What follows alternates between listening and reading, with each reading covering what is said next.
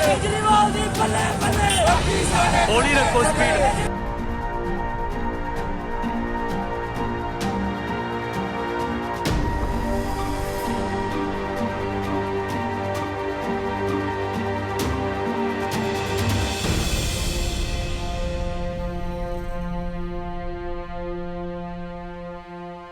आज आम आदमी पार्टी का म्युनिसिपल चुनाव, निकाय के चुनाव का कैंपेन पूरी चरम पर है। आप देख सकते हैं आज भटिंडा में खूब जन सैलाब उमड़ा हुआ है, लोगों का बहुत प्यार आशीर्वाद मिल रहा है।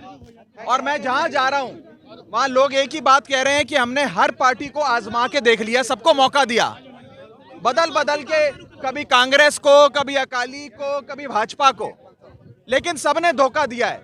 इस बार झाड़ू वाली पार्टी आम आदमी पार्टी को वोट देंगे। केजरीवाल मॉडल ऑफ डेवलपमेंट, जिसमें दिल्ली में बिजली, पानी, शिक्षा, स्वास्थ्य सब में काम हुआ है, वैसा काम हमारे पंजाब में होना चाहिए। हमारा सूबा भी खुशहाल हो, इसके लिए झाड़ू पर मोहर लगाएंगे। दूसरी बात, आज हम एक ऐसी धरती पे खड़े हैं, कैसे इलाके में खड़े हैं जिसने बड़े बड़े नेता दिए, बड़े बड़े नेता, और बादल परिवार के कई नेता दिए। एक बादल परिवार का नेता को केंद्र सरकार में मंत्री बनने का मौका मिला, कई बादल परिवार के लोगों को जो यहां से आए उनको राज्य की सरकार में मंत्री रहने का मौका मिला। कुछ और बादल परिवार के लोग आज की राज्य की सरकार कैप्टन अमरिंदर के मंत्रिमंडल में है।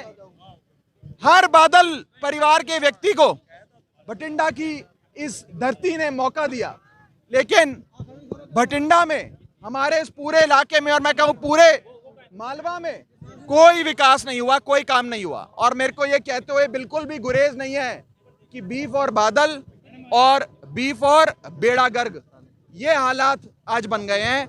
यहां पे लगभग 40-50 साल से अकाली म्युनिसिपल कॉरपोरेशन में बनी हुई है, लेकिन आज भी यहाँ सड़कें कम, गड्ढे ज्यादा, बिजली की हालत बुरी, पानी की हालत बुरी, स्कूलों की हालत बुरी, बेड़ा गर्क हुआ है। तो इसीलिए मैं कहता हूं बी फॉर बादल और बी फॉर बेड़ा गर्क। और बादल मतलब सारे, कोई इस साइड है, कोई उस साइड है, कोई इस पार्टी में, कोई उस पार्टी में। अब यहाँ पे वित्त मंत्री आते हैं, मनप्रीत बादल जी, उन्होंने क्या कहा था, मैं यहाँ पर ऐसा काम करके दिखाऊंगा, मैं थर्मल पावर प्लांट को शुरू कर दूंगा, क्या क्या करूंगा। और आज हो क्या रहा है?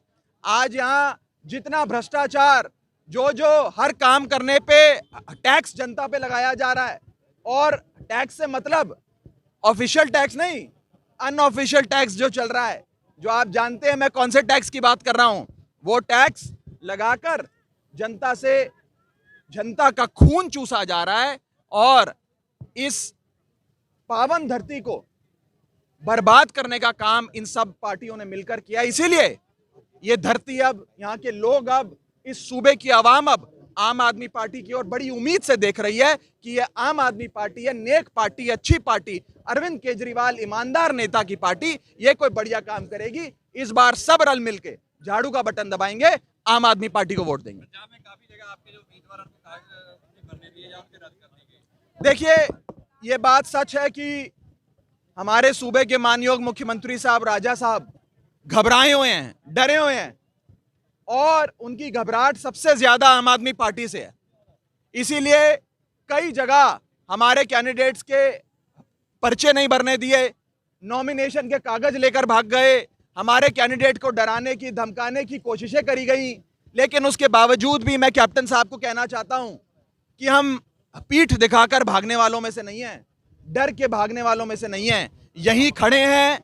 सूबे की जनता हमारे साथ खड़ी है, और आपकी कुर्सी का इस बार जाने का समय आ गया है। इस बार जनता आती है, अब जनता सत्ता संभालेगी। बात की जाए तो आपके कैंडिडेट ही नहीं पूरे पहुंचे यहाँ पे, आगे मिलेंगे, आप हमारे साथ चलिए, सबको पॉइंट्स दिए।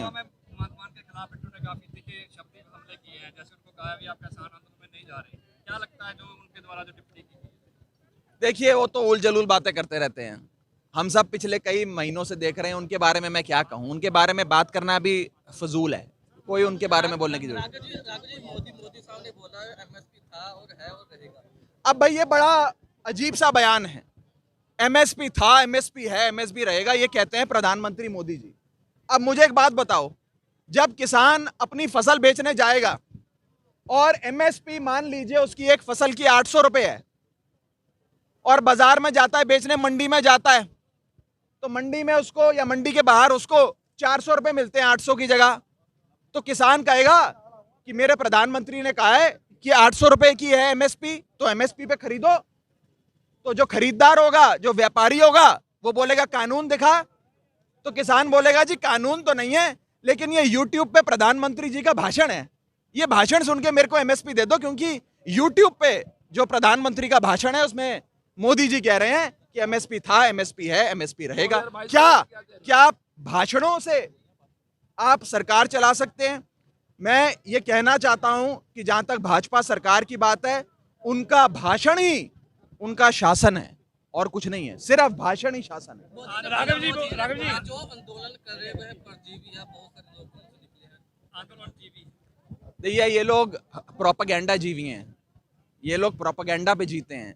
दुष्प्रचार, झूठा प्रचार, किसान आंदोलन को बदनाम करने का जो प्रोपेगेंडा इन्होंने चलाया है, तो मैं इन आंदोलन जीवी नाम का जो उन्होंने एक वो दिया है, शब्द दिया है, मैं कहना चाहता हूं आप सब प्रोपेगेंडा जीवी हो।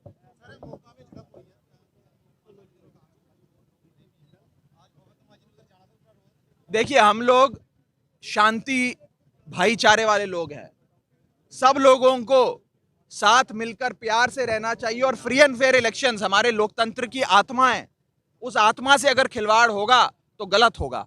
मेरा ये अपील है सभी पार्टियों से और कांग्रेस पार्टी से खास करके, जो जगह जगह वायलेंस कराने की और एक फ्री एंड फेयर निष्पक्ष चुनाव ना हो, स्वतंत्र चुनाव ना हो, उसे खराब करने की कोशिशों में लगी हुई है कि लोकतंत्र जीवित रहेगा तो ये देश आगे बढ़ेगा। लोकतंत्र से खिलवाड़ ना करो। नेता आएंगे, नेता जाएंगे, पार्टियां आएंगी, पार्टियां जाएंगी, लेकिन लोकतंत्र रहना चाहिए, फ्री एंड फेयर इलेक्शंस रहने चाहिए।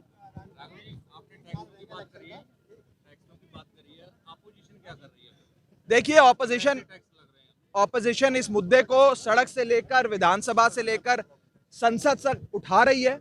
हमारी पार्टी इकलौती पार्टी है जी जो आवाज उठाती है, बाकी तो जितनी पार्टियां यहाँ पे सब मिली हुई हैं, सब एक दूसरे से मिली हुई हैं। किसी के परिवार का एक आदमी इस पार्टी में, दो आदमी उस पार्टी में, बाकी बचे हुए तीसरी पार्टी में, सब रल मिलकर काम करते हैं जी। अपना ठेके बांट रहे हैं, 5 साल तू पंजाब को लूटियो, फिर 5 साल तू पंजाबियों का खून चूसियो। ठेके पे इस सूबे को चलाया जा रहा है। इन सब की राजनीति खत्म कर कर एक अच्छी पार्टी, आम आदमी पार्टी को मौका पंजाब की जनता देगी। 2022 के लिए क्या तैयारी है? बहुत मजबूत तैयारी है जी। आने वाले समय में आप देखेंगे कि एक बहुत मजबूत कैंपेन और चेहरा आम आदमी पार्टी आप सबके सामने देगी। और जिस प्रकार से बीते कुछ महीनों में संगठन पे काम किया है हमारी पार्टी ने, उससे ये नजर आ रहा है कि आज आम आदमी पार्टी की जो ऑर्गेनाइजेशनल स्ट्रेंथ थी पहले, उससे कहीं ज्यादा हमारी स्ट्रेंथ बढ़ गई है। कुछ कुछ इलाके, मैं आज यहाँ आया हूँ, पिछले 3-4 दिन से मैं द्वाबा में था, माझा में था, कई जगहों पे गया, कई शहर गया, कई गांव गया, कई पिंड गया, कई जगह घूमा। जो जो इलाके हमारे कमजोर कहे जाते थे, हमारे विरोधी कहते थे कि आम आदमी पार्टी का कमजोर इलाका है, वहां पर भी हजारों लोग हमारे हुजूम में शामिल होकर हमारे साथ सड़कों पे घूमे, लोगों से वोट मांगा। तो मैं आज ये पूरी मजबूती से कहना चाहता हूं कि सारा पंजाब मिलकर अब झाड़ू चलाने वाला है और इन सारी पार्टियों की राजनीति पर झाड़ू फेर देंगे। ये बात की जाए तो बिल्कुल पंजाब से होगा। पंजाब की 3 करोड़ आबादी, 3 करोड़ आवाम में से कोई एक होगा और ऐसा व्यक्ति होगा जो पंजाब की आन, बान और शान कहलाने लायक। शुक्रिया।